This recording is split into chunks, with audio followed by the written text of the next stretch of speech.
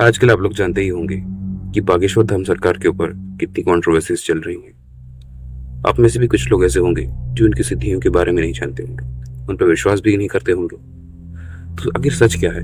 आज के इस वीडियो में हम इसी के बारे में जानेंगे कि सिद्धियां क्या होती है। चलिए शुरू करते हैं।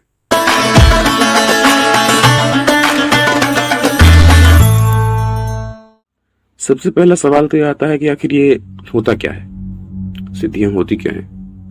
तो इसका सरल जवाब है कि कोई भी ऐसा कार्य करना कि जो जन सामान्य के लिए असाधारण हो, और इसको सिद्धि कहते हैं। और आखिर ये सिद्धियां होती कितनी है?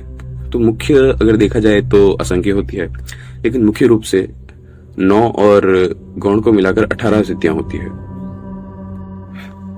तो उनके नाम कुछ इस प्रकार से है: अणिमा, गरिमा, महिमा, लघिमा, प्राप्ति,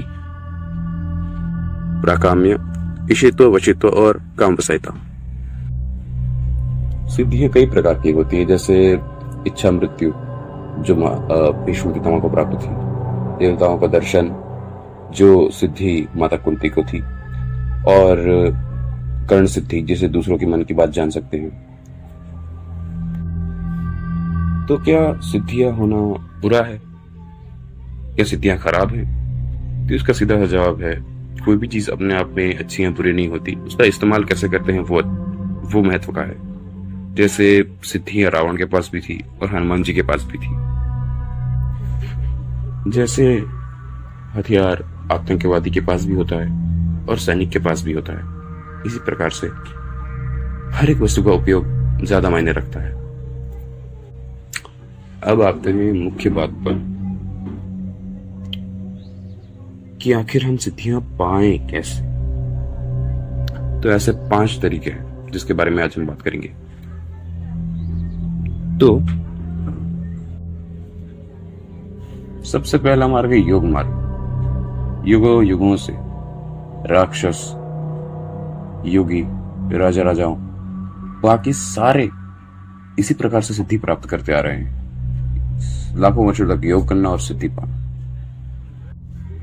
दूसरा तरीका है तांत्रिक विधियों से देवता प्रसन्न करो और सिद्धि प्राप्त करो। तीसरा तरीका बहुत आसान है, किसी सिद्ध पुरुष के पास जाओ और उस सिद्ध पुरुष से वरदान में मांग लो। चौथा तरीका इससे भी आसान है, आप मांगो ही ना और वो सामने से आपको दे दे।